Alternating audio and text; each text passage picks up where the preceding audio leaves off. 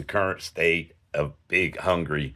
It shows you the temporary bridge, and it also will show you how damaged the old dam from 1904 is. Yeah, it was trashed back in 1906. They rebuilt it, took a while, and then it was immediately destroyed by another hurricane about 6 months later.